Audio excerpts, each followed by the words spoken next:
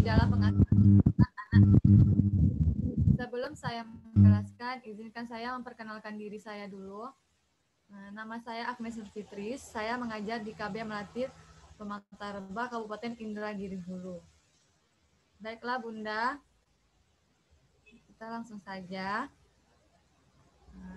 Di sini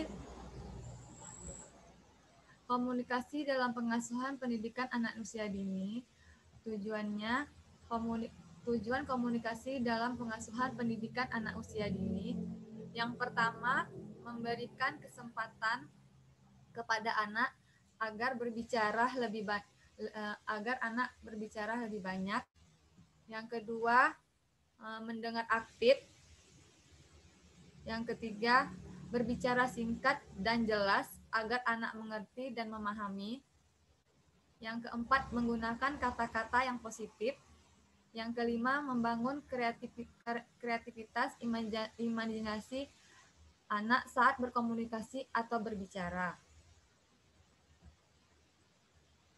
Adapun pokok pembahasan yang akan kita bahas di sini, yang pertama, keterampilan berkomunikasi, pelibatan orang tua dalam perkembangan komunikasi anak, kemudian dukungan guru terhadap keterlibatan orang tua dalam mengaplikasikan komunikasi di rumah. Nah, bunda-bunda, di sini, oke, kita lanjut ya. Saya akan bertanya kepada bunda-bunda, mengapa perlu pembelajaran komunikasi dalam pengasuhan?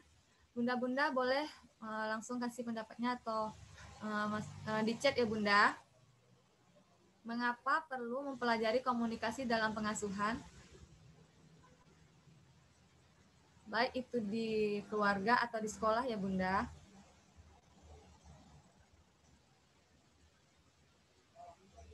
Ayo bunda. Mengapa perlu mempelajari komunikasi dalam pengasuhan? Halo? Sudah di chat, Bunda.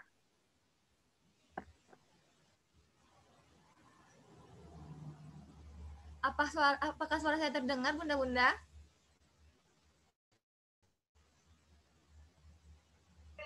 Terdengar, Bun, suaranya. Mengapa perlu pembelajaran komunikasi di dalam pengasuh? Bisakah bunda mengisikan dia langsung? Suaranya pelan, bunda. Saya bertanya, mengapakah perlu? Udah ya? Ya, lebih agak kenceng dikit. Sebagai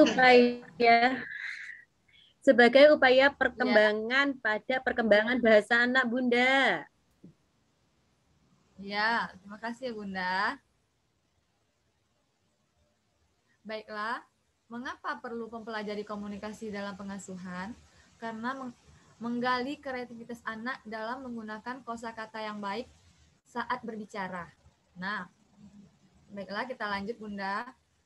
Komunikasi. Komunikasi pada dasarnya merupakan kegiatan penyampaian pesan. Proses tersebut melibatkan kedua belah pihak berkomunikasi yang masing-masing bertujuan membangun suatu makna agar keduanya memahami atau memahami atas apa yang sedang dikomunikasikan. Kemudian dapat diartikan dalam suatu proses pembentukan penyampaian penerimaan dan pengolahan pesan yang terjadi di dalam diri seseorang atau di antara dua orang atau lebih dengan tujuan tertentu. Lanjut ya Bunda, komunikasi dengan orang tua. Nah, sikap orang tua dalam berinteraksi dengan anak, aturan, hadiah atau mengajarkan nilai dan moral, perhatian, kasih sayang, yang nantinya sangat bermanfaat bagi tubuh kembang anak. Sebaliknya ya Bunda, apabila orang tua memanggil dan menyuruh anak dengan suara yang lantang atau tinggi, anak pasti merasa takut dan perkembangannya nantinya akan terganggu. Kita bisa lihat ya Bunda di gambar di sebelah ini,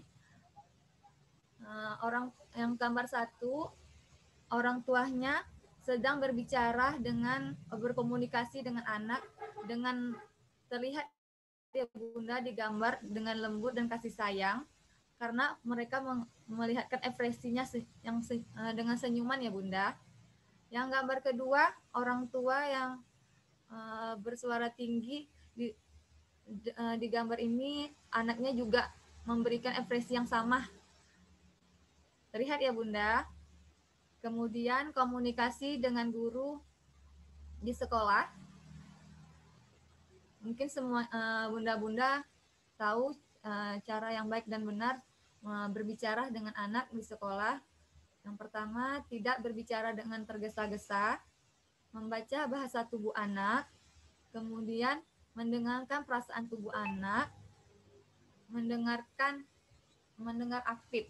Mendengar aktif di sini saat kita bercerita dengan anak, kita bertanya kembali kepada anak atau meminta anak untuk menceritakan kembali dan kita mendengarkan anak menceritakan kembali yang kita ceritakan kepada anak yang itu dengan buku cerita tadi. Ya Bunda ya. Selanjutnya kesimpulan ya Bunda. Salah satu hal yang penting dalam bahasa adalah kemampuan berkomunikasi. Komunikasi efektif adalah cara orang tua memberikan arahan kepada anak dan anak-anak menyampaikan gagasan kepada orang tua dalam suasana yang nyaman dan saling memahami. Tahapan perkembangan bahasa anak merupakan tahapan perkembangan anak yang harus kita materi yang saya sampaikan mudah-mudahan kita dapat manfaatnya. Baiklah Bunda, izinkan saya memberikan pantun sebelum saya menutup materi saya. Membeli ikan ke Kabupaten Indragiri Hulu, ikan dibeli, ikan bersisik dimasukkan ke dalam umpan. Apabila penampilan saya tidak berkenan, mohon dimaafkan. Assalamualaikum warahmatullahi wabarakatuh. Waalaikumsalam warahmatullahi wabarakatuh.